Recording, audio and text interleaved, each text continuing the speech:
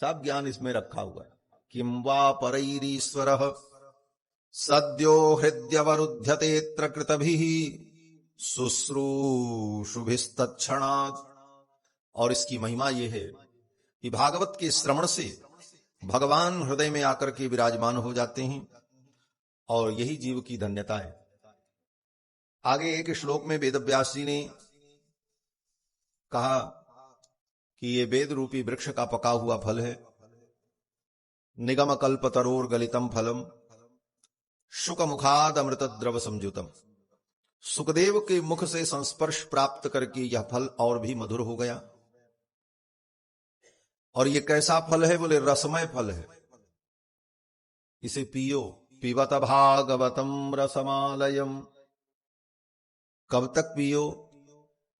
तो व्यास जी कहते हैं बार बार पियो। मुहुरहो, भागवत कई बार सुने? बोले कहते हैं बार बार सुनो। बोले एक बार तो सुन लिया? बोले एक बार सुन लिया नहीं, बार बार सुनते रहो। जब जब मौका मिले भागवत सुनो, भगवान के चरित्र को सुनो। फिर कहते हैं कब तक सुनो? तो व्यास जी कहते हैं आलयम पिबत भागवतम रसम आलयम। आलयम माने मृत्यु पर्यंतम, जब तक मर न जाओ तब तक कथा सुनो। अर्थात जब तक ये जीवन है, बार बार अवसर मिले तो इस कथा को पियो। पिबत भागवतम रसमालयम मुहुरहो रसिकाह भुवि भावुकाः। और रसिक भावुक होकर, ये रसिकों का और भावुकों का परम आस्वाद्य विषय है श्रीमद् भागवत महापुराण। और सूत शौनक संवाद से ये कथा गतिमान होती है। श्री शौनक जी महाराज ने सूत जी से नैमिषारण्य में 6 प्रश्न किया। उन्हीं 6 प्रश्नों का उत्तर देते हुए श्री सूत जी महाराज ने शौनकादि मुनियों को कथा सुनाई। पहला प्रश्न किया किम श्रेयः, श्रेय क्या है? पुंसाम एकांततः श्रेयस्तन्न संसितुमर्हति। हे भगवान, पुरुष के लिए, जीव के लिए परम श्रेय क्या है, ये मैं जानना चाहता हूं। पहला प्रश्न। आप भी जान लो श्रेय किसे कहते हैं। श्रेय उसे कहते हैं जो कल भी हमारे लिए हितकारी था, आज भी हमारे लिए हितकारी है और सदा मेरे लिए हितकारी रहेगा, उसको कहते हैं श्रेय। और प्रेय किसे कहते हैं? बोले जो आज हमको प्रिय लग रहा है, आज मुझे लग रहा है कि इसमें मेरा हित है, कल वो मेरा हितकारी नहीं होगा, और कल वो मेरा हितकारी नहीं था। ऐसी वस्तु को प्रेय कहा जाता है। जैसे इसी संसार में किसी चीज की हम चाहना करते हैं, कामना करते हैं, लगता है इसके बिना हम रह नहीं पाएंगे, ये चीज हमें मिले, और उसके लिए हम बहुत व्याकुल होते हैं। और फिर वो वस्तु जब मिल जाती है तो कुछ दिन में उससे जी ऊब जाता है, फिर वो वस्तु अच्छी नहीं लगती, फिर उस वस्तु में हमारा हित नहीं रह जाता, उसको कहते हैं प्रेय। जैसे आज आपको मिठाई बहुत अच्छी लग रही है, खूब खा रहे हैं, 5 साल बाद शुगर हो गया, बोले तो अब वो मिठाई आपके लिए जहर हो गई। आज प्रेय थी, कल प्रेय नहीं है। तो संसार में प्रेय को ही हम सब कुछ समझ लेते हैं और उसी के पीछे भागते रहते हैं। शौनक जी ने पूछा श्रेय क्या है? जो कल भी मेरे लिए हितकारी था, आज भी हितकारी है और सदा हितकारी रहेगा, ऐसे श्रेय तत्व को मैं जानना चाहता हूं। दूसरा प्रश्न किया शास्त्र सारः कः, समस्त शास्त्रों का सार क्या है? सारे शास्त्र कहना क्या चाहते हैं? लिखा तो बहुत कुछ है, हनुमान चालीसा से लेकर वेद पर्यंत कितनी बातें कही गई हैं। क्या क्या करो? अल्प तो अवधि जीव तामे बहु सोच पोच, करीबे को बहुत कुछ काह काह कीजिए, पार ना पुराणन को वेदहूं को अंत नहीं बाणी तो अनंत मन कहां कहां दीजिए। लिखा तो बहुत, तो सारे शास्त्रों का सार क्या है ये हम जानना चाहते हैं। तीसरा प्रश्न किया, स्वावतार प्रयोजनम, भगवान के अवतार का प्रयोजन क्या है, भगवान अवतार क्यों लेते हैं। चौथा प्रश्न किया, किम कर्म, अवतार लेकर के भगवान कौन कौन से कर्म करते। पांचवा प्रश्न किया, केवताराश्च, भगवान के कितने अवतार हुए। और छठा प्रश्न किया, धर्म कम शरणम गतः, धर्म किसके आश्रय में रहता है, धर्म का भी आश्रय कौन है। इन्हीं 6 प्रश्नों का उत्तर देते हुए श्री सूत जी महाराज ने शौनकादि मुनियों को कथा सुनाई। सर्वप्रथम श्री सूत जी महाराज ने अपने गुरुदेव भगवान को प्रणाम किया, क्योंकि अब कथा का वर्णन करने जा रहे हैं। तो गुरु जी के चरणों में वंदना की, और गुरु जी की वंदना करने के बाद तब भगवान की वंदना की। और दूसरी विशेषता, बोले गुरु जी की वंदना 2 श्लोकों में की, और भगवान की वंदना, बोले भगवान की वंदना एक ही श्लोक में कर दिया। और वो भी एक श्लोक में सबको समाहित कर दिया। नारायणम नमस्कृत्य नरं चैव नरोत्तमम देवीं सरस्वतीं व्यासम ततो जय मुदीरये। नारायण को, नर को, देवी सरस्वती को, वेद व्यास को, सबको। लेकिन गुरुजी को जब प्रणाम किया तो गुरुजी के लिए 2 श्लोकों का प्रयोग, और गुरुजी को पहले प्रणाम किया, भगवान को बाद में। कारण, बोले भगवान से भी बढ़कर आचार्य की और गुरु की महिमा शास्त्र में कही गई। क्यों क्यों बोले कि आचार्य अगर न होते, गुरु न होते, तो भगवान कौन है ये हम कभी न जान पाते। भगवान का बोध कराने वाले ही आचार्य हैं। गुरु गोविंद दो खड़े काके लागू पाए, बलिहारी गुरु आपने जिन गोविंद दियो बताए। इसलिए गुरु जी को 2 श्लोकों में प्रणाम किया। सूत जी महाराज के गुरु जी कौन हैं, बोले सुखदेव भगवान। जब राजा परीक्षित को सुखदेव जी कथा सुना रहे थे, वहीं पर बैठ करके श्री सूत जी ने भी इस कथा को श्रवण किया। सच पूछो तो सुखदेव जी जब कथा सुना रहे थे तो एक साथ 2 काम कर रहे थे। एक श्रोता को तो कथा सुना रहे थे, और एक शिष्य को कथा पढ़ा रहे थे। सुना रहे थे राजा परीक्षित को और पढ़ा रहे थे सूत जी को। क्यों, बोले राजा परीक्षित को तो केवल सुनना है, सुनने के बाद इनको तो जाना है, लेकिन ये कथा की परंपरा आगे सुरक्षित रहे, ये ज्ञान आगे पीढ़ी दर पीढ़ी चलता रहे, इसलिए पढ़ाना भी है। तो सूत जी को कथा पढ़ाई है और राजा परीक्षित को सुखदेव जी ने सुनाई है। इसलिए सूत जी महाराज के गुरुदेव कौन है, बोले सुखदेव भगवान। पहले श्लोक में गुरु जी के ज्ञान वैराग्य का अनुसंधान किया सूत जी ने, और दूसरे श्लोक में अपने गुरुदेव भगवान की करुणा का अनुसंधान किया। पहले श्लोक में गुरु जी के ज्ञान वैराग्य का अनुसंधान करते हुए सूत जी कहते हैं कि यम प्रव्रजंतमनुपेतम अपेत कृत्यम द्वैपायनो विरह कातर आजुहाव पुत्रेति तन्मयतया तरवोभिनेदुस्तम सर्वभूत हृदयम मुनिमानतोस्मि। मैं अपने गुरुदेव श्री सुखदेव भगवान के चरणों में प्रणाम करता हूं। तम सर्वभूत हृदयम मुनिम आनतोस्मि, सम्यक्तया नतोस्मि। कैसे गुरु जी के चरणों में, कहते हैं जिन गुरुदेव का वैराग्य और ज्ञान इतना उत्कृष्ट कोटि का है कि जन्म लेते ही जंगल की ओर चल पड़े। सुखदेव भगवान 12 वर्ष तक अपनी मां के गर्भ में रहे,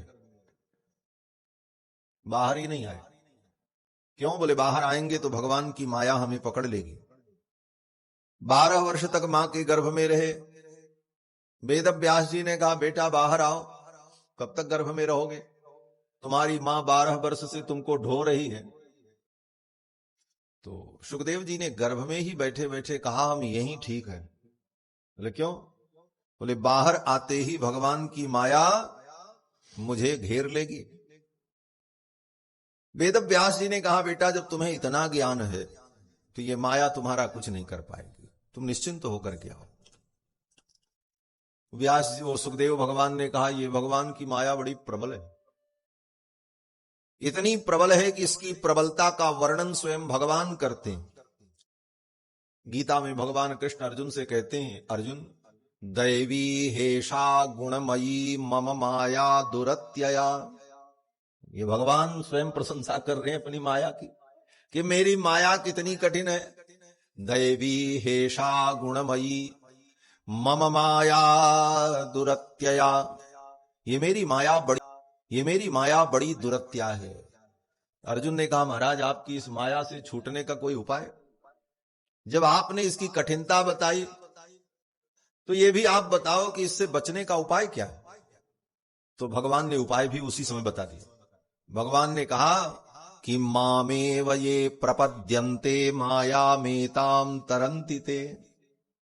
बहुत ज्यादा समझने की जरूरत नहीं। भगवान कहते मामेव ये प्रपद्यन्ते, जो मेरी शरणागति कर लेंगे, माया मेताम तरन्ति ते, वो इस माया को तर जाएंगे, पार कर जाएंगे। ऐसे मेरी माया बड़ी कठिन है, लेकिन बचने का उपाय यह है कि मेरी शरण में अगर आ गया व्यक्ति तो मेरी माया से तर जाएगा। बोले माया आपकी, आपने ही इस माया को फैलाया और आपकी ही शरण में जाने पर बचेगा? बोले हां। कैसे? बोले जैसे आपने देखा है कि मछुआरा जब मछली पकड़ता है तो अपने जाल को ऐसे घुमा करके फेंकता है, जाल बहुत दूर जाकर के गिरता है, और जो मछलियां भागने का प्रयास करती हैं वो उसी जाल में फंस जाती। लेकिन जो मछली कहीं इधर उधर नहीं भागती और उस मछुआरे के चरणों के पास पानी में खेलती रहती है, वो उस जाल में नहीं फंसती, क्योंकि जाल तो वहां गिरता है जाकर के, क्योंकि जाल दूर गिरता है, वहां तो गिरता नहीं। तो जो मछलियां मछुआरे के चरणों के इर्द गिर्द पानी में खेलती रहती हैं, वो मछलियां उस जाल में नहीं फंसती, और जो उसके चरणों से दूर रहती हैं और बचने का प्रयास करती हैं, भागती हैं, वही उस जाल में फंस जाती। उसी प्रकार भगवान की इस माया के जाल में वही फंसता है जो भगवान के चरणों से दूर रहता है। जो ज्यादा बुद्धि लगाता है, बचने का प्रयास करता है, वो और फंसता है। लेकिन जो भगवान के चरणों का भरोसा करके भगवान के चरणों में पड़ा है, उसके ऊपर भगवान की माया का कोई प्रभाव नहीं होता। गोस्वामी तुलसीदास जी महाराज कहते हैं, सुखी मीन जे नीर अगाधा, जिम हरि शरण न एकहूं बाधा। सुखी मीन जे नीर अगाधा, सुखी मीन जे नीर अगाधा, जिम हरि शरण न एकहूं बाधा, जिम हरि शरण न एकहूं बाधा। सुखी मीन जे नीर अगाधा, सुखी मीन जे नीर अगाधा, सुखी मीन जे नीर अगाधा। भगवान के चरणों का आश्रय ले लेने पर व्यक्ति भगवान की माया से बच जाता है। सुखदेव भगवान ने कहा, हम गर्भ में ही ठीक है, बाहर आते ही भगवान की माया पकड़ ले। वेद व्यास जी ने कहा, नहीं बेटा आओ, तुम्हारे ऊपर माया का कोई प्रभाव नहीं होगा। सुखदेव जी ने कहा, हम विश्वास नहीं करेंगे, ये माया बड़ी ठगनी है। माया महा ठगिन मैं जाना, संतों ने यही तो कहा। रमैया की दुल्हन लूटा बाजार। ये पंक्तियां कितनी सुंदर है। जब हम माया का वर्ण करते हैं तो माया हमको नचाती है, और जब हम भक्ति का वर्ण करते हैं तो भक्ति भगवान को नचाती है। भगवान ने भक्तों से कहा, देखो मेरे पास दो वस्तुएं हैं, तुम कौन सी वस्तु लेना चाहोगे? तो भक्तों ने कहा, जीवों ने कहा, प्रभु दो वस्तुएं कौन सी हैं, पहले नाम बताओ। तो भगवान ने कहा, एक का नाम है माया और एक का नाम है भक्ति। अब तुम कौन सी ले जाओगे बताओ। तो भक्त बड़े चतुर होते हैं। भक्त ने कहा, महाराज दोनों की विशेषता भी बताओ। तो भगवान ने कहा देखो अगर तुमको नाचने का मन है तो माया ले जाओ, ये माया तुमको नचाएगी, और अगर मुझको नचाने का मन है तो भक्ति ले जाओ। माया ले जाओगे तो तुम नाचोगे और भक्ति ले जाओगे तो मैं नाचूंगा। अब तुम्हें क्या करना है ये तुम निर्णय करो। भक्तों ने कहा महाराज आपकी माया ने तो हमको बहुत नचाया, नाचो बहुत गोपाल, सूरदास जी कहते। अब तो हम नाच नाच के थक गए, अब नाचने का मन नहीं, अब तो आपको नचाने का मन है।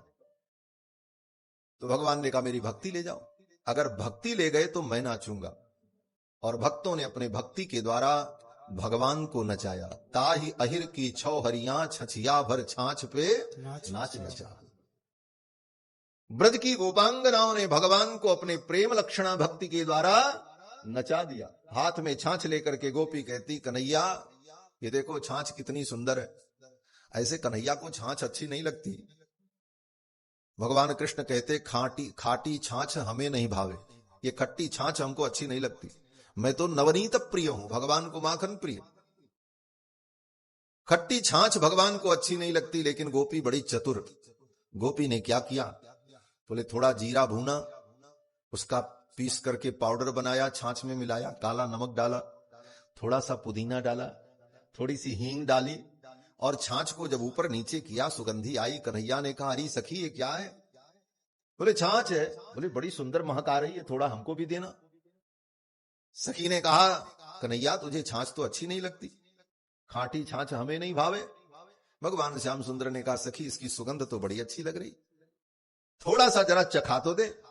सखी ने कहा ऐसे नहीं मिलेगा, थोड़ा नाच करके दिखाओ तब पिलावे। ताही अहिर की छौ हरिया छछिया भर छाछ पे नाच नचा। भक्ति के परवश भगवान उन गोपांगनाओं के लिए नृत्य करते हैं। तो कहने का भाव कि सुखदेव जी ने ये कहा कि ये माया मुझे पकड़ लेगी, आप उनको बुलाओ जिनकी ये माया है, और वो वचन दे दें कि मेरी माया का तुम्हारे ऊपर कोई प्रभाव नहीं होगा, तब मैं बाहर आऊंगा। वेद व्यास जी ने भगवान का आवाहन किया, भगवान आए और भगवान ने कहा सुखदेव मेरी माया का तुम्हारे ऊपर कोई प्रभाव नहीं होगा। तब सुखदेव भगवान अपनी मां के गर्भ से बाहर आए और आते ही जंगल की ओर चल पड़े। यम प्रव्रजंतम अनुपेतम अपेत कृत्यम, नालच छेदन करने का भी अवसर नहीं दिया। बालक का जन्म होता है तो उसकी नाभि नाल काटी जाती है। सुखदेव जी ने नाभि नाल काटने का भी मौका नहीं दिया, अपने हाथ से ही अपनी नाभि नाल को उठा लिया हाथ में और जंगल की ओर चल पड़े। वेद व्यास जी पीछे पीछे दौड़ने लगे, बेटा रुक जाओ रुक जाओ। द्वैपायनो विरह कातर आजुहाव। द्वैपायन वेद व्यास विरह कातर होकर पीछे पीछे दौड़ने लगे, बेटा रुक जाओ रुक जाओ। सुखदेव जी नहीं रुके, चले गए। घनघोर जंगल में जाकर के समाधि में बैठ गए। वेद व्यास जी बुला रहे थे बेटा बेटा, तो जंगल में जो वृक्ष थे उन वृक्षों से आवाज आ रही थी। क्या? बोले इधर से वेद व्यास जी कहते थे बेटा बेटा, तो उधर से वृक्षों से भी आवाज आ रही थी बेटा बेटा। क्यों? कहते हैं पुत्रेति तन्मयतया तरवोभिनेदुः तरवः वृक्षाः। वन के जो वृक्ष थे वो भी यही कह रहे थे पुत्र पुत्र। मानो उन वृक्षों में विराजमान सुखदेव की जो आत्मा है, सर्वभूतांतरात्मा सुखदेव भगवान ही मानो उन वृक्षों के अंदर बैठ करके उत्तर दे रहे हैं। पिताजी आप हमको पुत्र कह रहे हो, मैं आपको पुत्र कह रहा हूं, हे पुत्र। बोले क्या मतलब है? बोले इसका यही मतलब है कौन किसका पुत्र कौन किसका बाप। ये संसार के सारे संबंध झूठे हैं। सुखदेव जी कहते हैं कितने जन्मों में आप मेरे पुत्र बने और कितने जन्मों में मैं आपका पुत्र बना। जो आज बाप है वो कल बेटा बनता है, जो बेटा है वो बाप बनता है। यही संसार में चलता है। यथार्थ में न कोई किसी का बाप है न कोई किसी का बेटा है। ये सारे संबंध केवल काल्पनिक हैं और माइक हैं। यथार्थ में सारे संबंध जीव के केवल भगवान से। इसीलिए स्तुति की जाती है, त्वमेव माता च पिता त्वमेव, त्वमेव बंधुश्च गुरुस् त्वमेव, त्वमेव विद्या द्रविणम त्वमेव, त्वमेव सर्वम मम देव देव। तो सुखदेव जी का ज्ञान इतनी उत्कृष्ट कोटि का कि जन्म लेते ही सब कुछ छोड़ करके चले गए, ऐसा ज्ञान, ऐसा वैराग्य। ऐसे गुरुदेव भगवान के ज्ञान वैराग्य का चिंतन करके सूत जी ने प्रणाम किया और फिर दूसरे श्लोक में गुरु जी की करुणा का चिंतन किया। यस्वानुभावमखिल श्रुतिसारमेकम अध्यात्मदीपमतितितीर्षतां तमोन्धम संसारिणां करुणयाः पुराण गुह्यं तं व्यासुसूनमुपयामि गुरुं मुनीनाम्। इस श्लोक में गुरु जी के करुणा का स्मरण किया। यह स्वानुभाव मखिल श्रुतिसारमेकम, जिन गुरुदेव ने करुणा करके राजा परीक्षित को कथा सुनाई और मुझे ये कथा पढ़ाई, उन गुरुजी की करुणा का मैं स्मरण करता हूं। आचार्य और गुरु में दो विशेषताएं मुख्य रूप से होनी चाहिए, तभी वो गुरु और आचार्य कहलाता है, और तभी उस आचार्य और गुरु के द्वारा जीव का कल्याण भी होता है। वो दो विशेषताएं कौन हैं? बोले, पहली विशेषता गुरु के अंदर ज्ञान और वैराग्य है, क्योंकि ज्ञान वैराग्य से ही वो शिष्य का कल्याण करेगा। ज्ञान वैराग्य नहीं है तो क्या उपदेश करेगा, क्या कल्याण करेगा शिष्य का?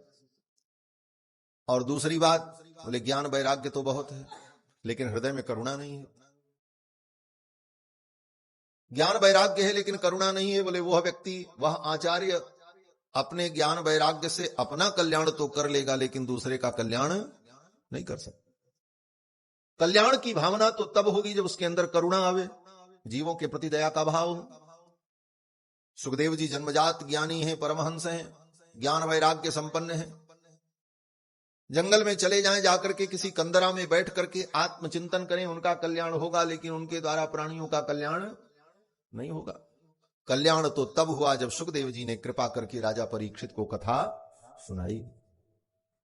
इसीलिए सूत जी कहते हैं कि संसारिणाम करुणयाः पुराण गुह्यम तम व्यासुसूनमुपयामि गुरुम मुनीनाम। जिन्होंने संसार के प्राणियों पर करुणा करके अत्यंत गोपनीय ज्ञान श्रीमद् भागवत महापुराण का प्रवचन करके सुनाया राजा परीक्षित को, ये उनकी करुणा थी। गुरु जी बहुत बड़े ज्ञानी हों लेकिन जीवों पर करुणा करके उन्हें ज्ञानोपदेश न करें तो उनके ज्ञान से किसी का कल्याण नहीं हो सकता। आचार्य की जो दो विशेषता है, उन दोनों विशेषताओं का स्मरण किया और गुरु जी को प्रणाम किया। फिर भगवान नर नारायण को प्रणाम किया। नारायणम नमस्कृत्य नरम चैव नरोत्तमम देवीं सरस्वतीं व्यासम ततो जय मुदीरये। और फिर सूत जी कहते हैं, हे मुनियों, आप लोगों ने बहुत सुंदर प्रश्न किया। आपके इस प्रश्न से लोक मंगल होगा। पहले तो सूत जी ने शौनकादि मुनियों के प्रश्न को सुनकर साधुवाद दिया। शिष्य के प्रश्न को सुनकर के गुरु प्रसन्न हो और साधुवाद दें तो शिष्य को सुनने की रुचि बढ़ जाती है, और पहले ही डांट दें, क्या पूछते हो, ऐसा प्रश्न करना चाहिए। बेचारे की कुछ जो जिज्ञासा थी वो भी मर गई, खत्म, क्या पूछेगा। इसलिए शिष्य को प्रोत्साहित करने के लिए उसके प्रश्न की प्रशंसा करके उसे उपदेश करना चाहिए। सूत जी महाराज कहते हैं, मुनयः साधु पृष्टोहम भवद्भिर्लोक मंगलम। हे मुनियों, आपने बहुत सुंदर प्रश्न किया है और आपके इस प्रश्न से लोक का मंगल होगा। यत् कृतः कृष्ण संप्रश्नो, बहुत सुंदर प्रश्न किया और आपके प्रश्न से लोक का मंगल होगा। क्यों? प्रश्न में क्या विशेषता थी? तो सूत जी कहते हैं कि यत् कृतः कृष्ण संप्रश्नो, भगवान के विषय में तुमने प्रश्न किया है। प्रश्न तो बहुत से लोग करते हैं लेकिन प्रश्न करने का तरीका ही नहीं मालूम। क्या प्रश्न करते हैं? बोले महाराज, सुदामा जी के पिताजी का क्या नाम था? अब ये प्रश्न क्या है, इसका कोई मतलब है? श्रवण कुमार के माँ बाप का नाम क्या था? ऐसे प्रश्नों से लोक मंगल नहीं होता। एक बार बिहार में गढ़वा जनपद में मैं प्रवचन करने गया, आजकल झारखंड में है शायद गढ़वा, है ना। तो वहां बिरला जी की कास्टिक फैक्ट्री है, उसी में बहुत बड़ा यज्ञ था, उसी में मैं प्रवचन करने गया। तो एक सज्जन ने प्रश्न किया, महाराज आप ये बताओ, रामायण की कथा थी, उन्होंने प्रश्न किया कि आप ये बताओ महाराज कि जब हनुमान जी लंका में गए तो राक्षसों ने उनके पूंछ में कपड़ा लपेटा, तो हनुमान जी के पूंछ में किस राक्षस ने आग लगाई थी, उसका नाम क्या था? मैं हंसने के लिए नहीं कह रहा हूं, सच्ची घटना है, व्यासपीठ पे बैठे।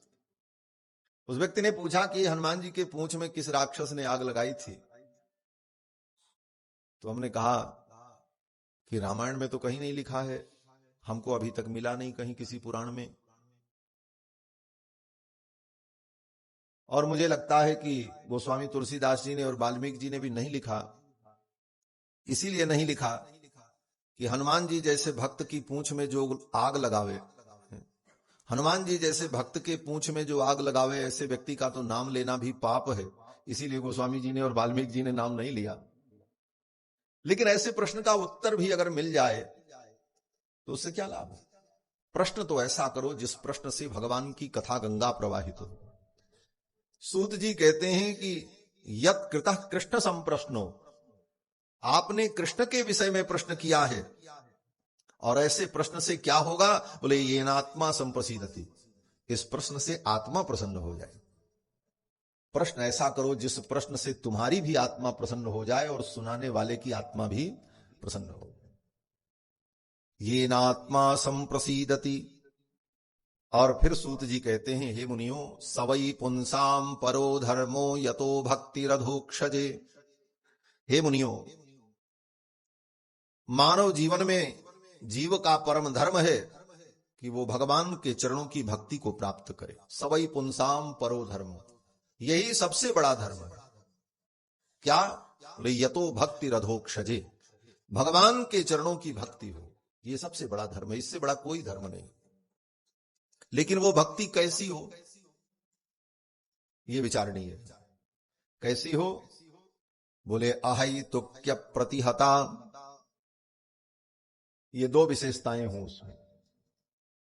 अहै तुक्य प्रतिहता, अहै तुकी और अप्रतिहता, ये दो विशेषताएं। अहै तुकी का मतलब भक्ति का कोई हेतु ना हो। भक्ति तो हम आप करते हैं, लेकिन उसके पीछे हेतु लगा है। क्या हेतु लगा है? बोले इसलिए भक्ति करते हैं कि हमारा सब काम ठीक बना रहे, फैक्ट्री चलती रहे, बेटा बेटी ठीक रहे, धन आता रहे, माल आता रहे, खजाना बढ़ता रहे। इन्हीं सब कारणों से हम भक्ति करते हैं। तो ये भक्ति कैसी हुई? बोले इसमें हेतु आ गया। आपने संसार की तुच्छ वस्तुओं को हेतु बनाया और उनके लिए तुमने भक्ति की। सूत जी प्रारंभ में ही कहते हैं श्रीमद् भागवत के 2 अध्याय में, भक्ति कैसी हो? बोले अहै तुकी, जिसका कोई हेतु न हो। और दूसरी विशेषता बोले अप्रतिहता। अप्रतिहता माने जो भक्ति फिर रुकने वाली ना हो, फिर आगे वो बढ़ती है। हम भक्ति तो करते हैं, पहली बात तो किसी हेतु से भक्ति करते हैं, और हेतु से की गई भक्ति जो होती है ना, वो अपना काम पूरा होने के बाद बंद हो जाती है। जिस काम के लिए किया था वो काम हो गया, अब क्या जरूरत भक्ति करने की? तो भक्ति अप्रतिहता नहीं हुई। अप्रतिहता का मतलब जो भक्ति रुके नहीं, चलती रहे, अनवरत उत्तरोत्तर बढ़ती रहे। आज बड़ी भक्ति की, 2-4 दिन भक्ति भई और खूब भगवान का भजन किया, उसके बाद सब काम ठंडा। क्यों? बोले काम हो गया, जिसके लिए भक्ति की वो काम बन गया, अब भक्ति की क्या जरूरत? तो कहते हैं ऐसी भक्ति जो अहेतुकी हो और अप्रतिहता हो, ऐसी भक्ति जीवन में आ जाए, यही पुरुष का परम धर्म है, मानव जीवन का परम लक्ष्य है। अहै तुक्य प्रतिहता, इसका फल क्या होगा? कहते हैं ययात्मा संप्रसीदति, इस भक्ति से आत्मा प्रसन्न हो जाएगी। किसकी आत्मा? बोले आपकी भी आत्मा और भगवान भी प्रसन्न हो जाएगा। आत्मा परमात्मा दोनों को प्रसन्नता होगी। भक्ति करोगे तो उस भक्ति से तुम्हारी आत्मा को भी सुख होगा, और तुम्हारी भक्ति को देखकर परमात्मा को भी सुख होगा, परमात्मा को भी प्रसन्नता होगी। ययात्मा संप्रसीदति। अब ये भक्ति है क्या? तो कहते हैं भगवान में अकारण प्रेम, अहेतुक प्रेम, इसी का नाम भक्ति।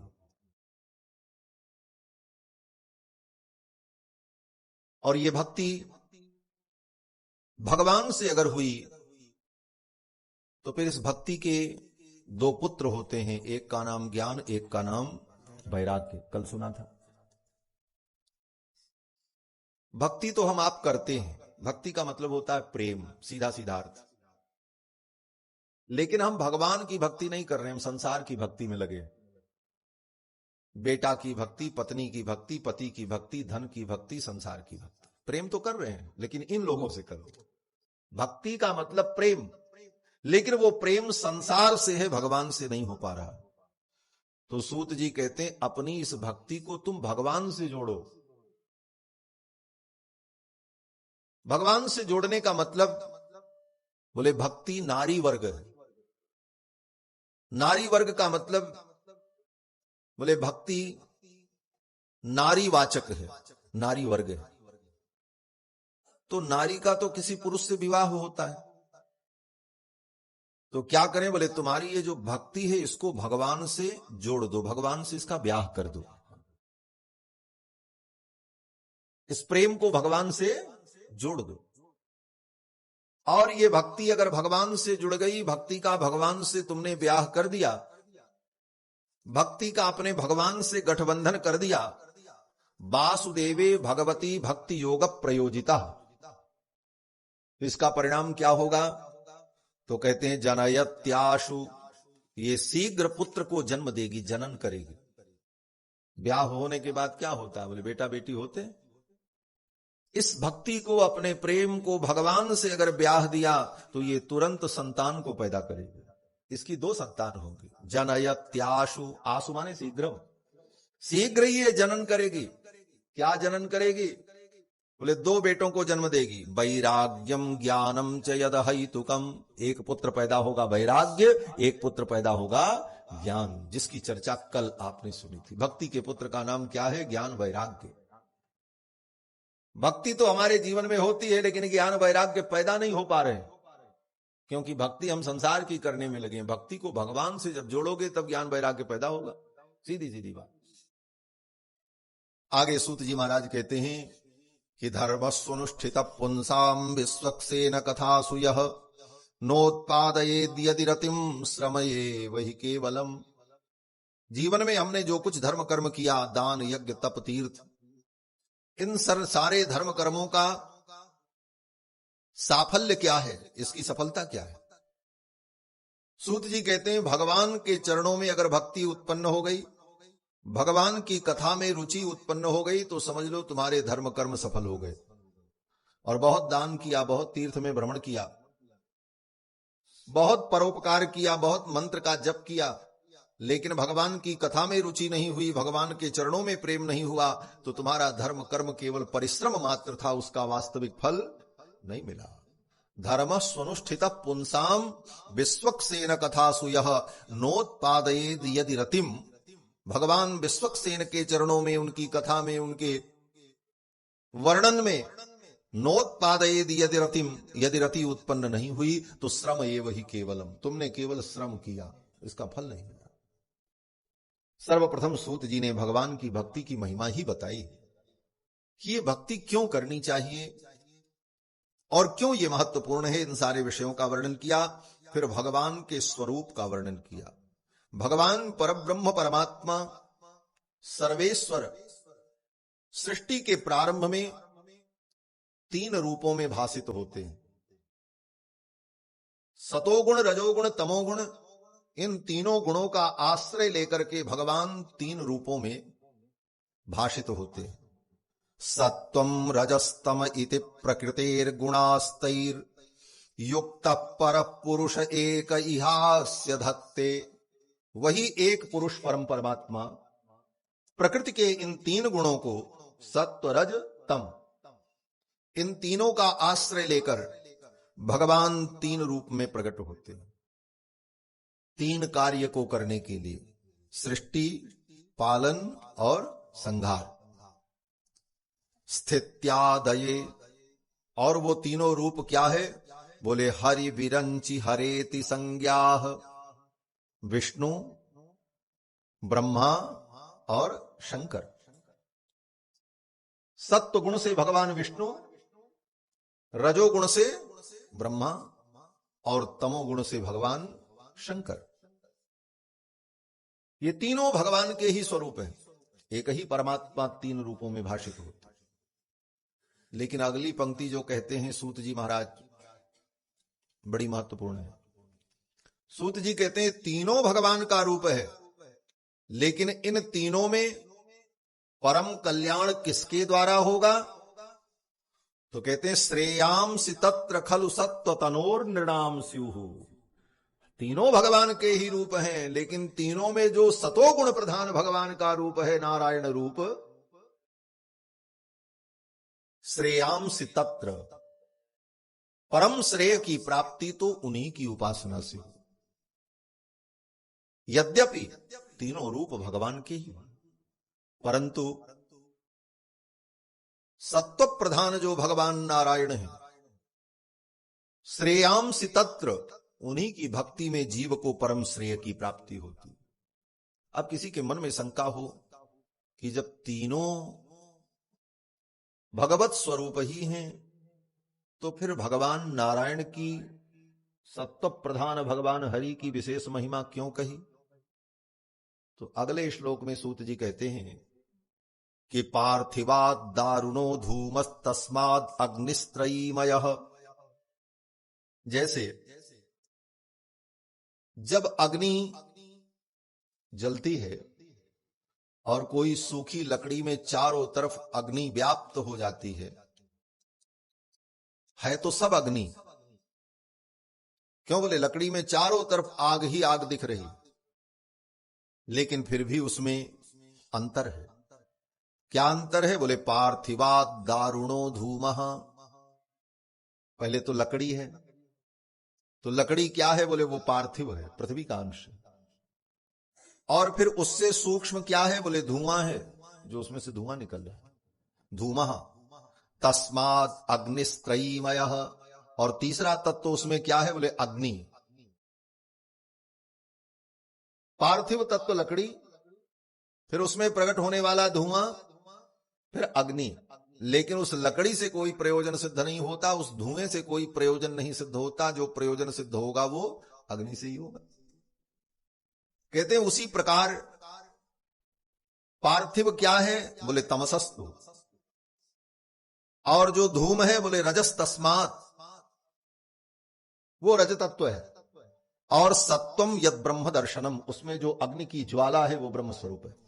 उसी प्रकार एक ही परमात्मा तीन रूपों में, ब्रह्मा विष्णु महेश के रूप में जब प्रकट होते हैं, तो उनमें जो भगवान नारायण का स्वरूप है वो भक्तों के लिए परम उपास्य है,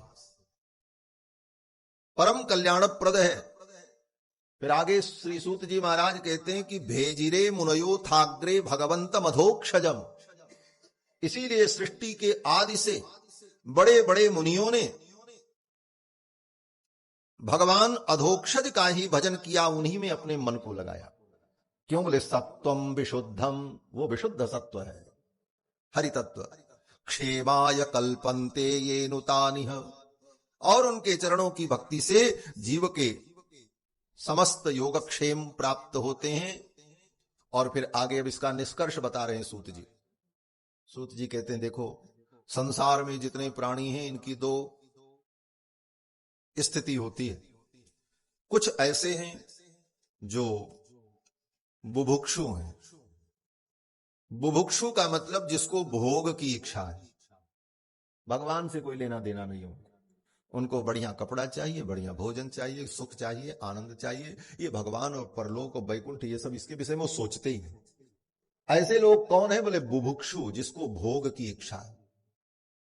और इसी संसार में कुछ प्राणी ऐसे हैं जो भोग से उपरत हो गए, उनको भोगों में रुचि नहीं है, उनको मोक्ष चाहिए। उनको ये भोग दुखदाई लगता है, उनको लगता है ये भोग तो दुख का कारण है। इन भोगों से, संसार से ही मुक्ति मिल जाए, मुझे मोक्ष की प्राप्ति हो जाए, ऐसी इच्छा रखने वाले जो प्राणी हैं वो कौन है? बोले मुमुक्षु। अब दो प्रकार के लोग हुए संसार में। पहला कौन? बोले बुभुक्षु, जिसको संसार का भोग चाहिए, और दूसरा बोले मुमुक्षु, जिसको भोग नहीं चाहिए, मोक्ष चाहिए। सूत जी कहते हैं बुभुक्षु के लिए भागवत में कुछ नहीं है। जो बुभुक्षु हो वो दूर से ही भागवत को दंडोत करके जाएं, उनके लिए इसमें कुछ मिलेगा ही नहीं। इसमें संसार के बुभुक्षु प्राणियों के लिए विषय का वर्णन ही नहीं है। ये तो मुमुक्षुओं का ग्रंथ है, जिसको मोक्ष चाहिए, जो संसार से मुक्ति चाहता है, उन मुमुक्षुओं के लिए भागवत में विषय का वर्णन किया गया। अब कहते हैं कि मुमुक्षु प्राणी को क्या करना चाहिए? बुभुक्षु की तो कोई चर्चा ही नहीं है, बुभुक्षु का यहां कोई विषय ही नहीं। लेकिन जो मुमुक्षु प्राणी है, मोक्ष चाहते हैं, उनको क्या करना चाहिए? तो सूत जी महाराज यहां स्पष्ट वर्णन करते हैं कि मुमुक्षवो घोर रूपान हित्वा भूतपति नथ नारायण कला शांता भजन्ति ह्यनसूयवः। सूत जी कहते हैं जो मुमुक्षु प्राणी हैं, जिनको मोक्ष चाहिए, संसार के बंधन से जिनको मुक्ति चाहिए, ऐसे लोग क्या करें? बोले जो अत्यंत घोर देवता हैं, घोर रूपान। ये घोर देवता कौन है? बोले यक्ष, किन्नर, गंधर्व, पितर, भूत, प्रेत, यक्षिणी, डाकिनी, शाकिनी, बैताल, भैरव, मारीगण, ये सब घोर देवता हैं। ऐसे घोर देवताओं की उपासना को छोड़ देना चाहिए, स्पष्ट कहते हैं सूत जी। हित्वा भूतपति नथ, मुमुक्षवो घोर रूपान हित्वा भूतपति नथ, तो क्या करें? बोले नारायण कला शांता भजन्ति ह्यनसूयवः। भगवान नारायण का भजन करो, उनकी जो कला है उनका भजन करो। उनकी कला क्या है? बोले कला माने अवतार। भगवान नारायण राम के रूप में प्रकट होते हैं तो राम जी का भजन करो, कृष्ण रूप में वो अवतार लेते हैं, कृष्ण का भजन करो। नारायण कला शांता भजन्ति ह्यनसूयवः। ये सात्विक प्राणियों का मार्ग है। और जो रजोगुणी है वो क्या करते हैं? बोले रजस्तम प्रकृतयः समशीला भजन्ति वै। जो रजोगुणी है, जो तमोगुणी है, वे प्राणी अपने गुण के अनुकूल देवता ढूंढते हैं, क्योंकि सबका सब में गुण थोड़ी मिलता है। चांदी में, चांदी का कोई बर्तन टूट जाए तो उसमें जोड़ लगाना है तो किस चीज से जोड़ा जाएगा? बोले चांदी से तो जोड़ा जाएगा, उसको लोहा से तो नहीं जोड़ सकते, दूसरी धातु उसमें सेट ही नहीं होगी। उसी प्रकार जो तमोगुणी प्राणी है उसकी रजोगुणी में प्रवृत्ति ही नहीं होगी, जो रजोगुणी प्राणी है उसकी सतोगुण में प्रवृत्ति नहीं होगी, वो अपना ही गुण ढूंढता। समान शील व्यसनेषु मैत्री, शास्त्र का सिद्धांत है मित्रता, अनुकूलता, विचारधाराओं की एकता वही होती है जहां समान गुण धर्म होता है। तो रजस तम प्रकृतयः, जिसकी प्रकृति रजोगुणी है, जिसकी प्रकृति तमोगुणी है, समशीला भजन्ति वै, वो अपने ही समान शील वाले देवी देवताओं के भजन में प्रवृत्त होते हैं। वो देवी देवता कौन है? बोले पितृभूत प्रजेशादीन। पितर, पितरों की पूजा करनी चाहिए, शास्त्र आज्ञा देता है। पितरों के लिए श्राद्ध तर्पण इत्यादि करना चाहिए, लेकिन उसे कर्तव्य मान करके कर लेना चाहिए। लेकिन रात दिन पितरों की ही भक्ति में लगे रहे, हमारे पितर खुश हो जाए, हमको आशीर्वाद दें, उनके लिए हम ये करें, उसी में हमारी आसक्ति पड़ी रह जाए, बोले वो रजोगुण है। ये भागवत तो विशुद्ध परमहंसों की संहिता है, यहां तो सब खुलेआम सारी बात होगी।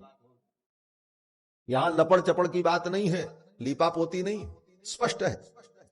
सूत जी महाराज कहते पितृभूत प्रजेशादीन श्रीऐश्वर्य प्रजेप्सवः। श्री की कामना के लिए, धन की कामना के लिए, प्रजेप्सवः प्रजा माने पुत्र संतान वंश की वृद्धि के लिए, इन सारे कार्यों के लिए लोग पितरों की, भूत प्रेतों की, प्रजापति की, इनकी लोग आराधना करते, रजोगुणी तमोगुणी लोग। और उसी प्रकार के जो लोग हैं वे लोग यह भी सिद्ध कर देते हैं कि हां वेद वेदांत में यही सब लिखा है, वेदों का यही तात्पर्य है। लेकिन आगे सूत जी कहते हैं अगर सूक्ष्म दृष्टि से विचार करो तो सारे वेदों का तात्पर्य केवल भगवान है, भगवान में ही वेदों का तात्पर्य निहित है। और 3 श्लोकों में यहां पर सूत जी महाराज ने इन बातों को स्पष्ट किया है। वासुदेव परा वेदाः, चारों वेद भगवान वासुदेव की महिमा का ही वर्णन करते हैं। यद्यपि वेदों में और देवताओं का भी मंत्र है, लेकिन महिमा भगवान की ही। कैसे? बोले जैसे राजमहल में एक द्वारपाल भी रहता है और झाड़ू लगाने वाला भी उसी महल के अंदर रहता है, लेकिन महिमा किसकी होती है? महिमा राजा की है। उसी प्रकार वेद में समस्त देवताओं का वर्णन है, लेकिन महिमा किसकी है? बोले भगवान। उसी महल के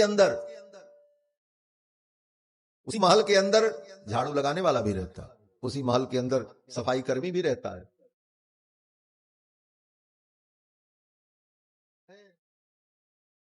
वो उस महल में रहने वाले सभी कर्मचारियों को मिलता है, लेकिन सबसे ज्यादा महिमा किसकी है? बोले राजा की। वो सबका स्वामी है। उसी प्रकार वेदों में सभी देवी देवताओं का वर्णन है, भूत प्रेतों का भी वर्णन है, अनेक प्रकार के देवताओं का वर्णन है, क्षुद्र देवताओं का भी वर्णन है, परंतु महिमा भगवान की है। वासुदेव परा वेदाः, क्यों भगवान की महिमा है? बोले थोड़ा सा संकेत करके हम आगे बढ़े, नहीं तो ये भागवत तो हम यहीं रह जाएंगे, बहुत सारी बात कहनी है। वेद के जितने मंत्र हैं, यहां आचार्य पंडित लोग बैठे हैं, वेद का कोई भी मंत्र, जिस देवता का मंत्र हो, उस मंत्र को पढ़ करके देवता का आवाहन किया जाता है। लेकिन मंत्र पढ़ने के पहले नाम किसका लिया जाता है? सूर्य भगवान का मंत्र पढ़ना है। आकृष्णेन रजसा वर्तमानो निवेशयन्नमृतं मर्त्यञ्च हिरण्येन सवितारथेन देवो याति भुवनानि पश्यन्। सूर्य भगवान का मंत्र ये है, लेकिन इस मंत्र को पढ़ने के पहले नाम किसका लेंगे? बोले हरि ओम आकृष्णेन रजसा वर्तमानो। हरि ओम, भगवान हरि का नाम लिया जाता है। ब्रह्मा का भी मंत्र पढ़ना हो तो हरि ओम ब्रह्मज्ञानम प्रथमं पुरस्ताद् विसीमतः सुरुचो वेन आवह। हरि ओम, भगवान हरि का ही नाम लिया जाता है, किसी और देवी देवता का नाम नहीं लिया जाता। गणेश ओम, दुर्गा ओम, भैरव ओम, सूर्य ओम कभी कहा जाता है? कभी विचार किया? क्यों? क्योंकि भगवान हरि का ही प्राधान्य है, प्रधानता भगवान की। वासुदेव परा वेदाः, बाकी जितने देवता हैं वो सब भगवान के अंग हैं और भगवान अंगी हैं। वासुदेव परा वेदाः, और इतना ही नहीं, वासुदेव परा मखाः, जितने यज्ञ होते हैं उन यज्ञों में भगवान वासुदेव की ही महिमा है। भले वो यज्ञ सूर्य भगवान का हो, गणपति का हो, किसी भी देवता का यज्ञ हो, लेकिन महिमा भगवान की, मूल में भगवान ही विद्यमान रहते। क्यों? बोले यज्ञ भगवान का ही नाम है। यज्ञो यज्ञपतिर यज्वा यज्ञांगो यज्ञ वाहन। और कोई भी यज्ञ करो, किसी भी देवता का यज्ञ करने चलो तो सबसे पहले प्रक्रिया क्या होती? बोले सबसे पहले आचमन करो। कर्मकांड होता है तो ब्राह्मण लोग पहले क्या कराते? बोले आचमन करो। तो आचमन करते समय नाम किसका लेते हैं? केशवाय नमः, नारायणाय नमः, माधवाय नमः, भैरवाय नमः, भूत प्रेताय नमः, ऐसा तो नहीं कहा जाता। भगवान का नाम लिया जाता, केशवाय नमः, नारायणाय नमः, माधवाय नमः, अच्युताय नमः, गोविंदाय नमः। अब इसके बाद ब्राह्मण लोग कहते हैं देखो पवित्र होकर के पूजा करो, यज्ञ करो। बोले महाराज हम नहा करके आए हैं, नया कपड़ा पहन करके आए हैं। बोले भले तुम नहा करके आए, नया कपड़ा पहन करके आए, लेकिन पवित्र होने के लिए हमको मंत्र पढ़ना पड़ेगा। तो जजमान कहते महाराज पढ़ो मंत्र।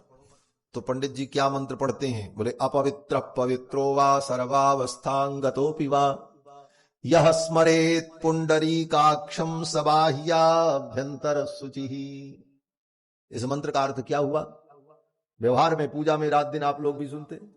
इस मंत्र का अर्थ यह है कि आचार्य कहते हैं अपवित्रः पवित्रो वा, आप चाहे पवित्र हो चाहे अपवित्र हो, अपवित्रः पवित्रो वा सर्वावस्थांगतोपि वा, किसी भी अवस्था को आप प्राप्त हुए हो, किसी भी अवस्था में आप हो,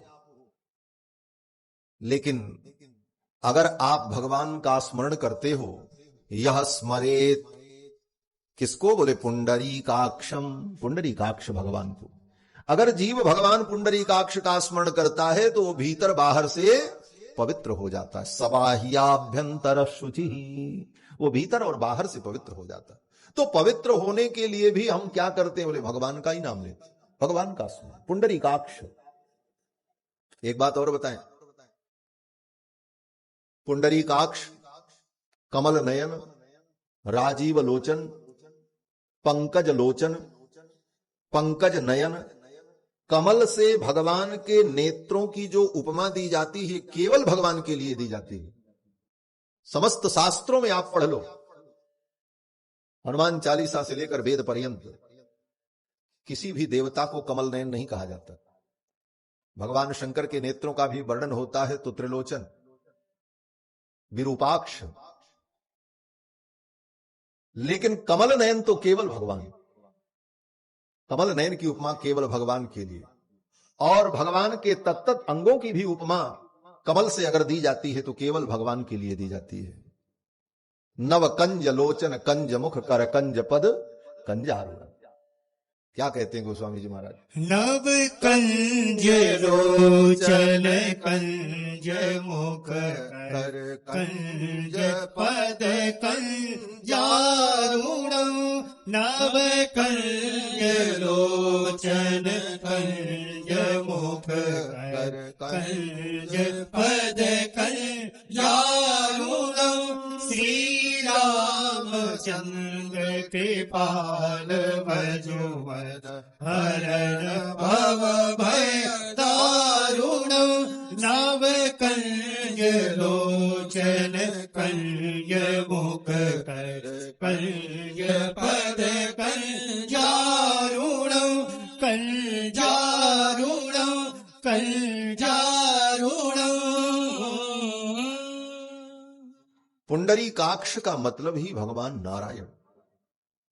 पुंडरीक माने कमल, कमल के समान जिनके नेत्र हो।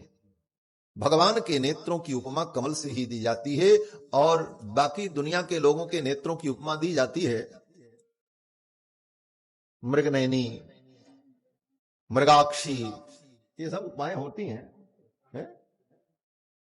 लेकिन कमल से उपमा नेत्रों की अगर होगी तो केवल भगवान के लिए। यही सब सत्संग का सार है। कभी ध्यान नहीं जाता इन विषयों पर व्यक्ति का। वाल्मीकि रामायण में भी जब राम जी का वर्णन आता है, विश्वामित्र जी आए और विश्वामित्र जी ने कहा राम और लक्ष्मण को मुझे दे दो, इनके द्वारा मेरे यज्ञ की रक्षा होगी। अनुज समेत देहु रघुनाथा, निश्चर बध मैं होब सनाथा। दशरथ जी व्याकुल हो गए, मैं अपने राम को कैसे दूं। और दशरथ जी ने टाल मटोल की बहाना बनाया। और क्या बहाना बनाया?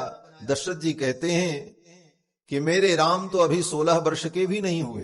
19 वर्षों में रामो राजीव लोचन, राजीव लोचन, मेरे राम कैसे बोले राजीव लोचन है, कमल के समान इनके नेत्र हैं, और मेरे राम तो अभी 16 वर्ष के भी नहीं हुए। आप इन्हें ले जाओगे, इनके द्वारा यज्ञ की रक्षा नहीं हो पाएगी। बोले क्यों? बोले ये राजीव लोचन है, रामो राजीव लोचना। राजीव लोचन का मतलब बोले कमल के समान इनके नेत्र हैं। और कमल की विशेषता क्या होती है? बोले सूर्यास्त होने पर कमल बंद हो जाता है और सूर्योदय होने पर कमल खिलता है। ज्यों ही सायंकाल होगा, सूर्यास्त होगा, मेरे राम के नेत्र कमल बंद हो जाएंगे। इनको नींद आ जाएगी, बच्चे हैं, बच्चा तो शाम को ही सो जाता है, और रात भर सोते रहेंगे। जब सवेरा होगा तब अंगड़ाई लेंगे, तब उठेंगे जब सूर्योदय होगा। तो आप इनको ले जाओगे, जाते ही तो सो जाएंगे। और रात्रि में जब निशाचर आएंगे तो राम सोते रहेंगे, इनके द्वारा आपके यज्ञ की रक्षा नहीं हो पाएगी। इसलिए मेरे राम को आप मत ले जाओ। 19 वर्षों में रामो राजीव लोचन। तो भगवान कमल नयन पुंडरीकाक्ष, वेदों में भगवान के विषय में जहां वर्णन होता वहां प्रसंग आया कि पुंडरीकमेवामक्षिणी, पुंडरीक के समान जिनके नेत्र, और इसी पर एक कप्यास नाम की श्रुति भी है, जिस श्रुति के व्याख्यान को लेकर यादव प्रकाशाचार्य जी ने अनुचित अर्थ किया था तो भगवान श्री रामानुजाचार्य के आंखों से अश्रुपात होने लगा। वेदों में एक जगह आया कि भगवान के नेत्र जो हैं कप्यास के समान है। तो कप्यास का अर्थ करने लगे यादव प्रकाशाचार्य जी। रामानुजाचार्य जी उन्हीं से पढ़ते थे, उनके गुरु थे। अर्थ करने लगे, कप्यास का अर्थ क्या? बोले कपि और आस, कप्यास मेवामक्षिणी। तो कप्यास का अर्थ करने लगे, कपि माने बंदर और आस माने आसन। बंदर का आसन कप्यास, बंदर का आसन माने बंदर जब बैठता है जिस आसन से, अपने पृष्ठ भाग को जमीन पर रखकर बंदर जब बैठता है तो उस आसन को कहते हैं कप्यास। तो यादव प्रकाश जी ने अर्थ किया, कप्यास माने बंदर का जो आसन है उसके समान जिसकी आंखें हैं वो भगवान, अर्थात बंदर के पिछले हिस्से पर जो लाल लाल चिन्ह होता है, ये अर्थ किया यादव प्रकाश जी ने। बंदर के आसन के समान जिनकी आंखें लाल लाल हैं, ऐसे भगवान कप्यासमक्षिणी। रामानुजाचार्य के आंखों से अश्रुपात होने लगा। भगवान के नेत्रों की ऐसी हीन उपमा, एक बंदर के पृष्ठभाग से परमात्मा के नेत्रों की उपमा। रामानुजाचार्य जी रो पड़े। यादव प्रकाश ने कहा, तुमको रोते क्यों हो रामानुज? बोले, गुरुदेव आपने जो व्याख्या की ये व्याख्या अनुचित है। यादव प्रकाश जी को अच्छा नहीं लगा कि मेरी व्याख्या को गलत कह दिया रामानुज ने। बोले, तुम ही बताओ, अगर तुमको बड़ा ज्ञान है तो तुम ही बताओ इसका अर्थ क्या है। तो रामानुजाचार्य जी ने इसका अर्थ किया, कम जलम पिबतीति कपि। कपि का ही अर्थ अलग कर दिया। क्या अर्थ किया? बोले, कम जलम, जल को संस्कृत में कम कहते हैं। जलम कम, कम माने जल, इसीलिए जल जिस पात्र में रखा जाता है उसको कहते हैं कमंडल। जल जिसमें रखा जाए उसको कहते हैं कमंडल। ये कम जल का वाचक है।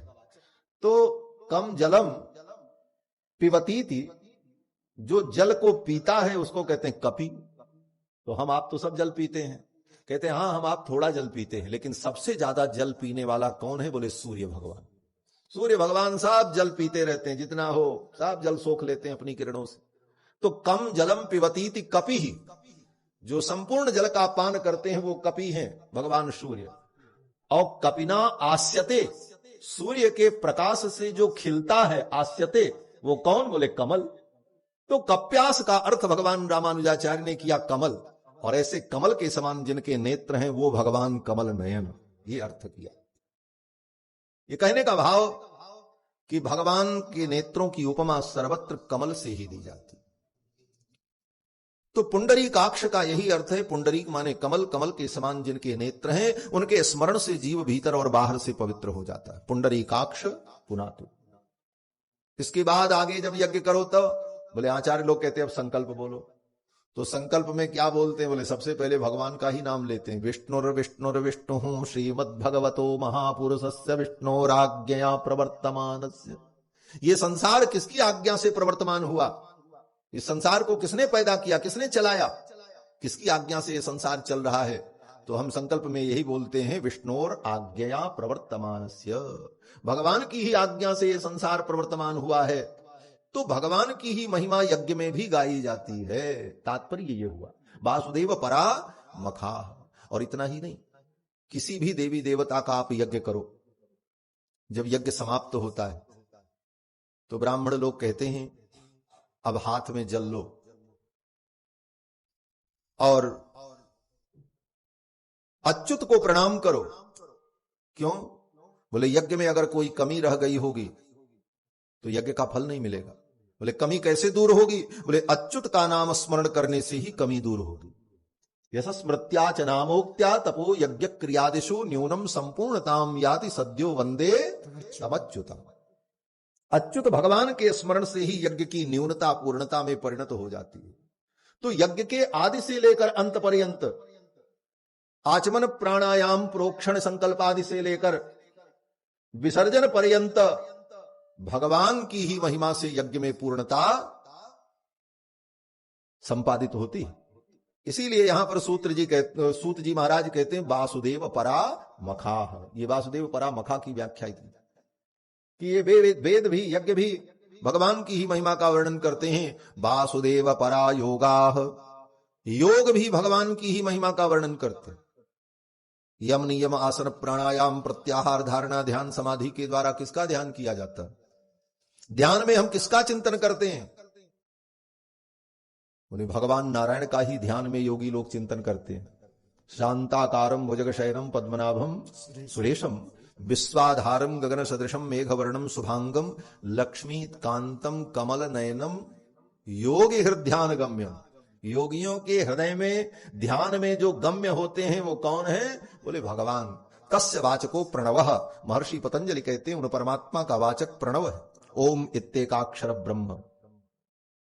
तो योग भी भगवान की ही महिमा का वर्णन करता है। वासुदेव परम तपः, तपस्या भी भगवान वासुदेव की महिमा का वर्णन करती है। वासुदेव परो धर्मो, भगवान वासुदेव ही परम धर्म है। वासुदेव परागति ही, और भगवान वासुदेव ही परम गति है। भगवान ही परम गति है। इसीलिए कोई मर जाता है तो मर जाने पर लोग क्या कहते हैं? बोले राम नाम सत्य है, कृष्ण नाम सत्य है, ब्रह्मा नाम सत्य है, गणेश नाम सत्य है, दुर्गा नाम सत्य है। सत्य तो सब है, सभी देवी देवताओं का नाम सत्य है, उसमें कोई झूठ नहीं है। परंतु नाम लिया किसका जाता है? बोले भगवान का। यही भगवान की महिमा है। सूक्ष्म दृष्टि से विचार करें तो सर्वत्र भगवान की महिमा का वर्णन है, और बाकी जितने रूप हैं वो सब भगवान के ही रूप हैं। इस प्रकार श्री सूत जी महाराज ने भगवान की महिमा का वर्णन किया। और सूत जी कहते हैं, हे मुनियों, वे भगवान नारायण परमात्मा ही सृष्टि के आदि में क्षीर सागर में नारायण के रूप में शेष की सैया पर प्रकट होते हैं, और वही भगवान अनेक अवतार ग्रहण करते हैं। भगवान नारायण का ही विविध अवतार होता है। भगवान नारायण का प्रथम अवतार सनक सनंदन सनातन सनत कुमार के रूप में, दूसरा अवतार भगवान का वराह के रूप में, तीसरा अवतार भगवान का देवर्षि नारद के रूप में, चौथा अवतार भगवान का नर नारायण के रूप में, जिनको बद्री नारायण भगवान कहते हैं, पांचवा अवतार भगवान का कपिल मुनि के रूप में, छठवां अवतार भगवान का दत्तात्रेय के रूप में, सातवां अवतार भगवान का यज्ञ पुरुष के रूप में, आठवां अवतार भगवान का ऋषभ देव के रूप में, और नौवां अवतार भगवान का पृथु के रूप में, 10वां अवतार भगवान का मत्स्यावतार, 11वां अवतार भगवान का कच्छपावतार, और 12वां अवतार धन्वंतरी अवतार, और वहीं लगे हाथ समुद्र मंथन के प्रसंग में ही भगवान का 13वां अवतार मोहिनी अवतार, और 14वां कीकटेषु भविष्यति। कीकट देश में भगवान बुद्ध का अवतार। और बुद्ध के अवतार का प्रयोजन क्या है? बोले सभी अवतार का अलग अलग प्रयोजन है। वराह अवतार भगवान ने क्यों लिया? बोले पृथ्वी जल में डूबी थी, उसको निकालना था, इसलिए हुआ। मत्स्यावतार भगवान का क्यों हुआ? बोले मनु जी की रक्षा के लिए। कच्छपावतार बोले मंदराचल पर्वत को अपनी पीठ पर धारण करने के लिए। मोहिनी अवतार बोले अमृत की रक्षा करने के लिए, दैत्यों को अमृत पिलाने, वो देवताओं को अमृत पिलाने के लिए। तो बुद्ध भगवान का अवतार क्यों हुआ? बुद्धावतार का प्रयोजन क्या है? तो सूत जी कहते हैं बुद्धावतार का प्रयोजन है तमोगुणी प्राणियों को व्यामोह में डालने के लिए, उनको भ्रमित करने के लिए भगवान का यह अवतार हुआ। सम्मोहाय सुरद्विषाम, ये कारण बताया। ततः कलौ संप्रवृत्ते सम्मोहाय सुरद्विषाम बुद्धो नामना जनसुतः कीकटेषु भविष्यति। कलयुग के प्रवृत्त होने पर, कलयुग के प्रारंभ हो जाने पर जो तमोगुणी प्राणी हैं और देवताओं से द्वेष करने वाले हैं, ऐसे प्राणियों को मोह में डालने के लिए, भ्रम में डालने के लिए, उनको भटकाने के लिए भगवान का ये बुद्धावतार हुआ। क्योंकि भगवान जानते हैं ये जो तमोगुणी हैं, ये तमोगुणी देवताओं से द्वेष करने वाले देवद्रोही, अगर ये वेद मार्ग में रहेंगे, वैदिक मार्ग का अनुसरण करेंगे, तो वैदिक मार्ग का अनुसरण करके वेदों के बताए हुए मंत्र तंत्रों का उपयोग करके ये शक्ति संपन्न हो जाएंगे और फिर उस शक्ति के द्वारा लोगों को त्रास देंगे, दुख देंगे। रावण ने यही तो किया था। रावण को जितनी शक्तियां प्राप्त हुई थी कहां से आई थी? वेदों को पढ़ करके, शास्त्रों को पढ़ करके उसका दुरुपयोग किया, मंत्रों को जप करके, यज्ञ करके उससे सिद्धियां और शक्तियां प्राप्त की और उन सिद्धि और शक्तियों का दुरुपयोग किया, लोगों को दुख दिया। भगवान ने सोचा त्रेता युग में तो एक रावण था, कलयुग के कितने रावण पैदा हो जाएंगे। वेदों का आश्रय लेकर के, वेद मंत्रों से, यज्ञ के द्वारा बड़ी बड़ी शक्तियों को प्राप्त करके ये सबको दुख देंगे। इसलिए ऐसे विपरीत प्राणियों को वेद मार्ग से ही बाहर का रास्ता दिखा दिया जाए, ये दूसरे रास्ते चलेगा, भटक जाए। इसीलिए बुद्ध भगवान का अवतार हुआ, सम्मोहाय सुरद्दुषाम। और बुद्ध भगवान ने जब प्रवचन किया तो बुद्ध भगवान ने कहा, कहां वेदों के चक्कर में तुम लोग पड़े हो भाई, ये वेद वोद कुछ नहीं है। हाँ, ये सब तो वेदों को बनाने वाले लोग, ये सब पंडित लोगों ने लिख लिया अपने मन से। और जो महिमा बताई गई है वेदों में, भगवान ईश्वर परमात्मा कुछ नहीं, ईश्वर तो है ही नहीं। बुद्ध भगवान ने कहा सब शून्य है, शून्यवाद की स्थापना कर दी। बुद्ध का सिद्धांत ही शून्यवाद है। शून्यवाद माने आत्मा का विनाश हो जाना, यही मुक्ति माना है बुद्ध ने। हमारे यहां तो आत्मा का विनाश नहीं माना जाता। और ऐसे विपरीत उपदेश दे करके उनकी बुद्धि को भ्रमित कर दिया बुद्ध भगवान ने। उसका परिणाम हुआ वो सब बहिर्मार्गी हो गए, वैदिक मार्ग से बहिर्मुख हो गए और वेद और शास्त्र सुरक्षित रह गया। अन्यथा वेद मार्ग को, वैदिक मार्ग को ये लोग दूषित कर देते। इसलिए बुद्ध भगवान ने उन प्राणियों को मोहित करने के लिए ऐसी लीला की। और भगवान का 22वां अवतार कल्कि अवतार कलयुग के अंत में होगा। जब सर्वत्र अधर्म व्याप्त हो जाएगा तो धर्म की स्थापना के लिए भगवान कल्कि के रूप में अवतार लेंगे और दुष्टों का संहार करके पुनः धर्म की स्थापना करेंगे। तब सतयुग प्रारंभ हो, वहीं कलयुग का अंत। पुरुषार्थों का स्वरूप, उनकी प्राप्ति का उपाय, साधन, सब कुछ आपने लिखा। यथा धर्मादयश्चार्थाः मुनिवर्यानुकीर्तिताः। लेकिन परमहंसों को और भगवत प्रेमियों को क्या चाहिए? बोले भगवत प्रेमी और परमहंस न धर्म चाहते हैं, न अर्थ चाहते हैं, न काम चाहते हैं, न मोक्ष चाहते हैं। उनको इन सब चीज की जरूरत नहीं होती। अर्थ न धर्म न काम रुचि गति न चाहो निर्वाण। भक्त इन चीजों को नहीं चाहता। भक्त को क्या चाहिए? बोले भक्त को तो अपने प्रभु का गुणानुवाद, भगवान की लीलाओं का वर्णन और भगवान के चरणों का अनुराग। भक्त तो विशुद्ध प्रेमी होता है। नारद जी कहते, आपने संसार के लिए धर्म अर्थ काम मोक्ष का तो वर्णन कर दिया, लेकिन जिसको न धर्म चाहिए, न अर्थ चाहिए, न काम चाहिए, न मोक्ष चाहिए, उसके लिए आपने क्या दिया? उसके लिए तो आपने कुछ नहीं किया। इसीलिए आपका मन अशांत है। उसे क्या चाहिए? बोले उसे तो भगवान की महिमा सुननी है, और आपने भगवान की महिमा नहीं सुनाई। न तथा वासुदेवस्य महिमा ह्यनुवर्णितः। नारद जी ने कहा, आपने भगवान वासुदेव की महिमा का वर्णन नहीं किया, जो भक्तों को प्रिय है, परमहंसों को प्रिय है। व्यास जी ने कहा, हमने भगवान की महिमा का तो वर्णन किया है महाभारत में और अन्य पुराणों में। नारद जी ने कहा, महाभारत में आपने भगवान की महिमा का वर्णन किया है कि अर्जुन की महिमा का वर्णन किया? अर्जुन को आपने हीरो बना दिया और भगवान को जीरो बना दिया। अर्जुन के रथ को भगवान से चलवाया, क्या भगवान की यही महिमा थी? नारद जी कहते हैं, जिन भगवान के चरणों में ब्रह्मादिक देवता अपने किरीट मुकुट को उठा करके रख देते हैं, जिन भगवान के चरणों की पाद पीठ का स्पर्श करने का साहस इंद्रादि देवताओं को भी नहीं होता, उन भगवान को आपने महाभारत युद्ध में अर्जुन का सारथी बनाया और भगवान अर्जुन का रथ हाँकते हैं। दिन भर युद्ध में भगवान रथ चलाते हैं और शाम को जब युद्ध समाप्त होता है तो अर्जुन महल में जाकर पलंग पर लेट जाते। सेवक लोग उनके शरीर की मालिश करते, औषधियों का सेवन करवाते, क्योंकि कल फिर युद्ध करना है। और भगवान कृष्ण बोले, भगवान कृष्ण घोड़ों की मालिश करते, कल इन घोड़ों को लेकर के फिर युद्ध में जाना। रथ की सफाई करते, रथ के अंग भंग जो थे उनको ठीक करके व्यवस्थित करके कल के लिए रथ को तैयार करते। एक सेवक, एक ड्राइवर जैसे गाड़ी को मेंटेन रखता है, उसी प्रकार सारा काम भगवान को करना पड़ता है। नारद जी कहते हैं, क्या भगवान की यही महिमा थी? आपने भगवान की महिमा का वर्णन नहीं किया व्यास जी।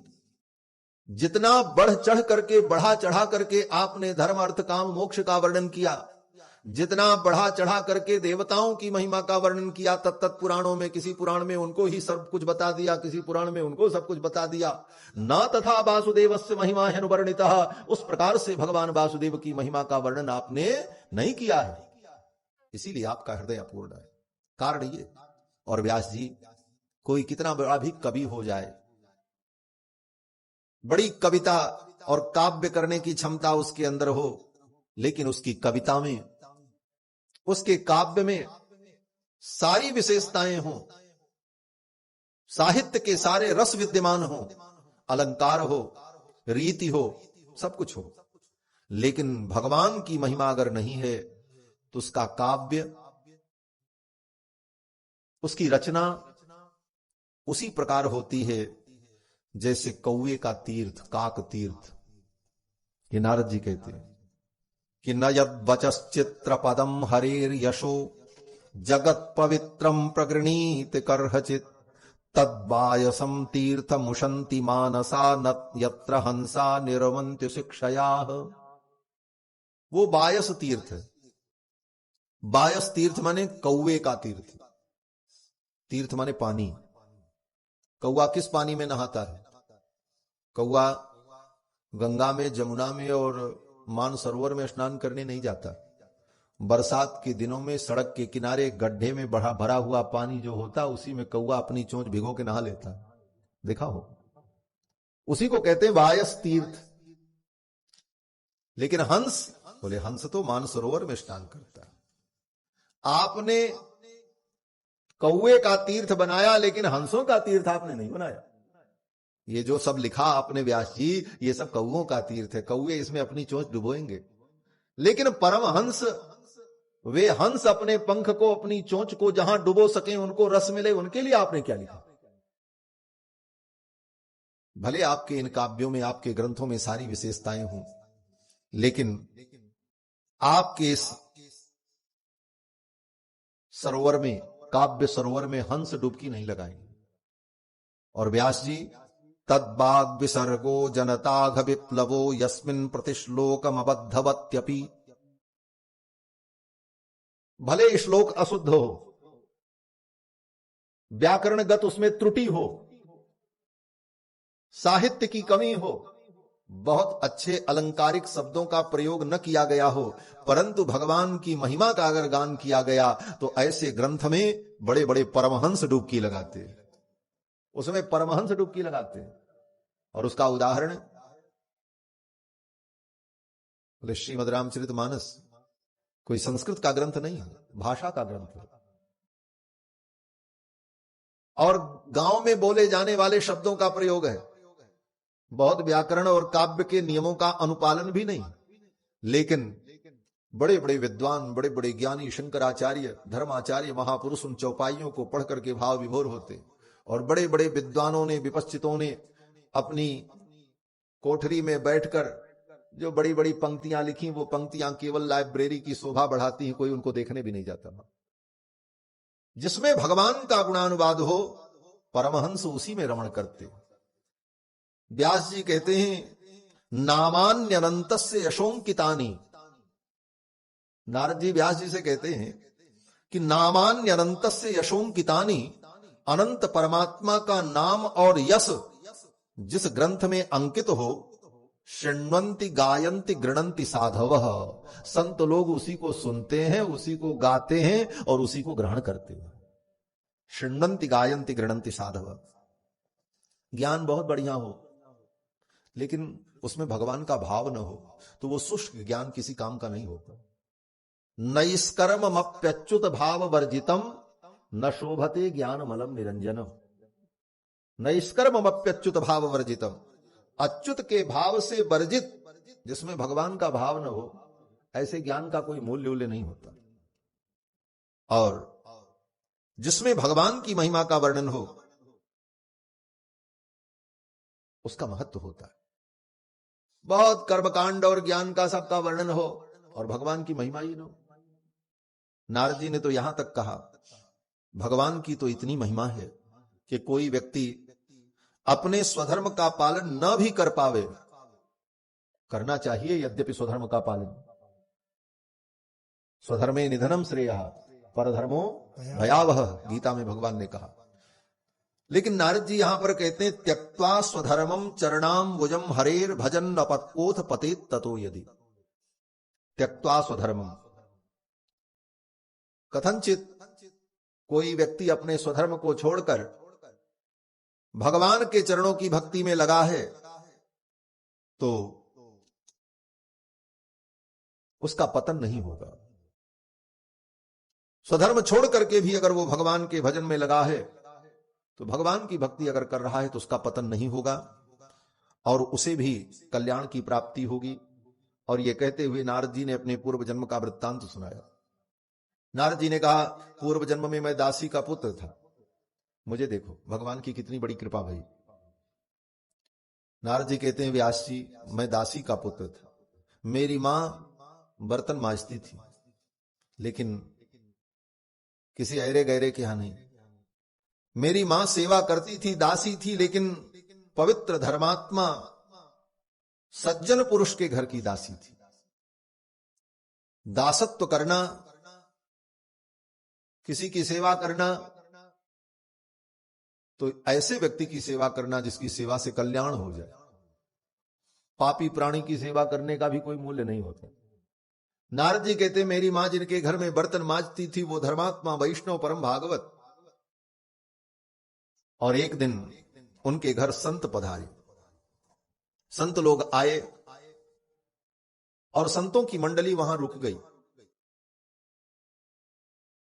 घर के लोग उन संतों की सेवा में लग गए। मेरी मां भी उनकी सेवा में रहती, मैं भी सेवा में रहता और वे महात्मा लोग भगवान की चर्चा करते। नारद जी कहते हैं वे महात्मा लोग जब भोजन कर लेते तो उनका भोजन जो बच जाता था वही भोजन मैं खा लेता था। 5 वर्ष की अवस्था थी मेरी। नारद जी अपने पूर्व जन्म का वृत्तांत बता रहे हैं। संत समागम और संतों की कृपा और सत्संग का महत्व क्या है ये नारद जी बता रहे। नारद जी कहते वे महात्मा लोग जब भोजन कर लेते तो जो बच जाता था उच्छिष्टलेपान अनुमोदितो द्विजैहि, उन संत जनों के उच्छिष्ट को मैं उठा करके खा लेता था और उन संतों के उच्छिष्ट प्रसाद के सेवन से हमारी बुद्धि शुद्ध हो गई। नारद जी कहते हैं एक बार पहली बार जब मैंने खाया उसी दिन मेरी बुद्धि शुद्ध हो गई। सकृत्म भुंजे, सकृत्म माने सकृत, एक बार। क्या लाभ मिला? बोले तत्पास्त किल विषा, जो पाप था वो सब समाप्त हो गया, बुद्धि शुद्ध हो गई। एवं प्रवृत्तस्य विशुद्ध चेतसस्तद्धर्म एवात्मरुचि प्रजायते। संतों के उच्छिष्ट प्रसाद के सेवन से बुद्धि शुद्ध हो गई, पाप नष्ट हो गया और भगवान के चरणों में रुचि पैदा हो गई। नारद जी कहते जूठा खाना पाप भी है और जूठा खाना परम धर्म भी। पापी व्यक्ति का, अशुद्ध व्यक्ति का उच्छिष्ट अगर खाओगे तो बुद्धि भ्रष्ट हो जाए, लेकिन धर्मात्मा संत महापुरुष का उच्छिष्ट प्रसाद अगर मिल गया तो बुद्धि शुद्ध हो जाएगी। नारद जी कहते हमारी बुद्धि शुद्ध हो गई। विशुद्ध चेतस, तद्धर्म एवात्म रुचि प्रजायते, और भगवान के चरणों में रुचि उत्पन्न हो गई। नारद जी कहते हैं कि जब वे महात्मा लोग जाने लगे तो जाने के पहले उन महात्माओं ने मुझे मंत्र दीक्षा दे दी और भगवान के ध्यान की विधि सिखा दी। क्यों मंत्र दीक्षा दे दी? तो नारद जी कारण बताते हैं। तस्यैवं मेनुरक्तस्य प्रस्थितस्य हतैनसः श्रद्दधानस्य बालस्य दान्तस्यानुचरस्य च। अब एक एक की व्याख्या